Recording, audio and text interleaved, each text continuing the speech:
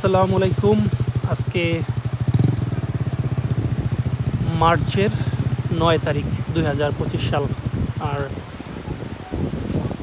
8তম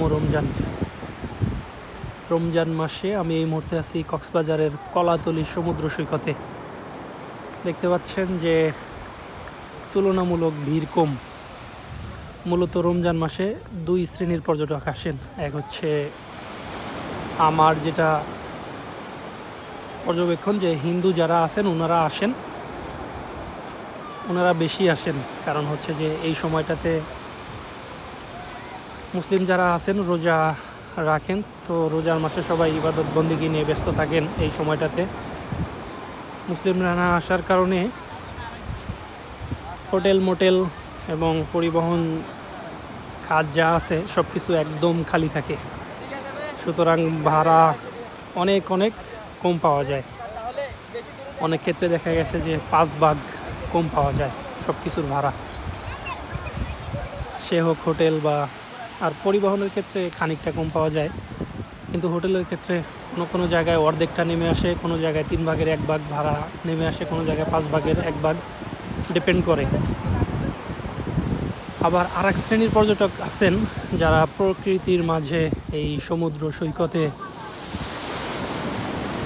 একদম সমুদ্রের তীরে এরকম জায়গায় বসে ইফতার করেন, ইফতার করতে ভালোবাসেন এবং সেটা সবার সাথে শেয়ার করতে ভালোবাসেন, তারা আসেন। তো আমিও তাদের মধ্যে একজন। আমার মোটামুটি গত বছরও এসেছিলাম, এই বছরও চলে আসছি এই সমুদ্র তীরে সমুদ্র সৈকতে ইফতার করার জন্য।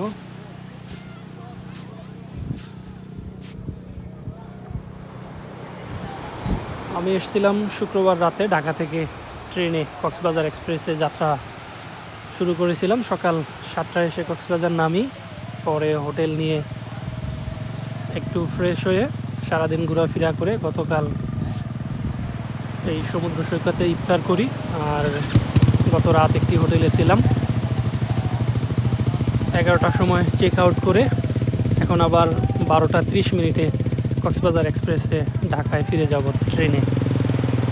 তো ফিরে যাওয়ার আগে আমি আরেকবার একটু চলে আসলাম এই সমুদ্র সৈকতে।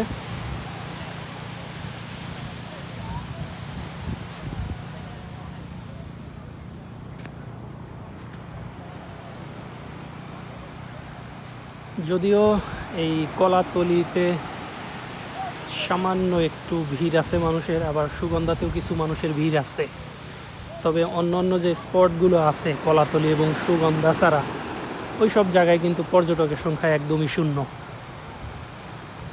আর যদি যারা একটু বেশি নিরিবিলি উপভোগ করতে চান তারা একদম কলাতলি থেকে চলে যাবেন Patuartek sea beach. Kolatoli থেকে প্রায় 30 কিলোমিটার দূরে, জায়গাটাও খুবই সুন্দর, নিরিবিলি। ওইখানে আবার প্রবাল আছে, ওই যে পাথরের মতো দেখতে যে এগুলো আছে, কিন্তু ওই জায়গাটা একদমই পর্যটক শূন্য।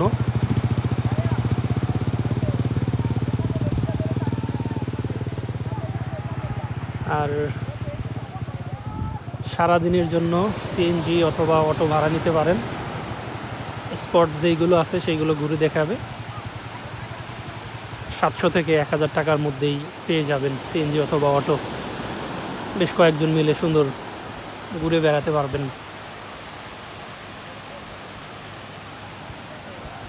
দেখুন কত ছোট্ট একটি নৌকা, দেখে মনে হচ্ছে জাস্ট বাঁশ আর কাগজ দিয়ে বানানো, দূর থেকে দেখে মনে হচ্ছে। কিন্তু এটি দেখেন সমুদ্রের মাঝের দিকে চলে যাচ্ছে, আমার মনে হচ্ছে ওনারা মাছ ধরবেন।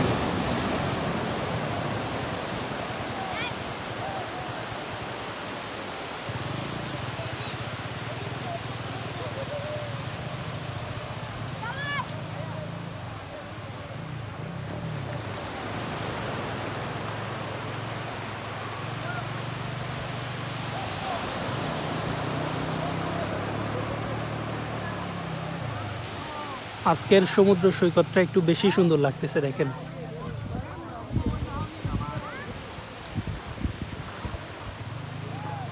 ঢেউটা সৈকতের কাছাকাছি এসে একদম মিলে যাচ্ছে বালুর সাথে। দেখতে কিন্তু দেখেন কতটা সুন্দর লাগতেছে।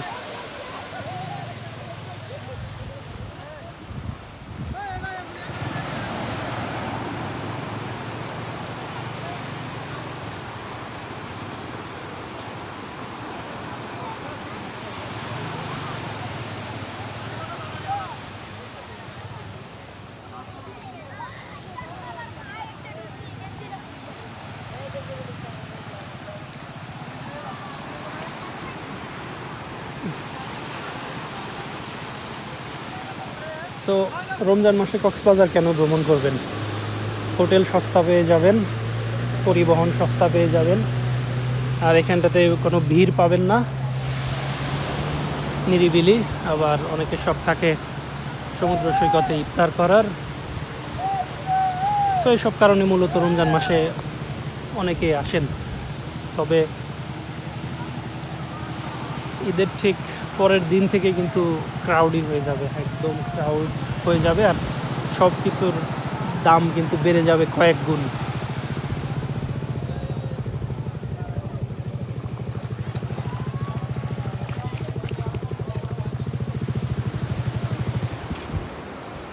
বিচ বাইক আছে, তারপর ঘোড়া আছে, এই টাইপ অফ আরও বেশ কিছু রাইড আছে সমুদ্রের পাড়ে, এগুলো রাইড করতে পারেন। আবার ওই যে ওয়াটার বাইক আছে।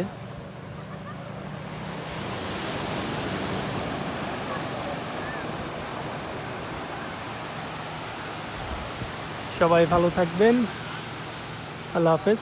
ছোট ভিডিও আজকে এইখানটাতেই শেষ করি।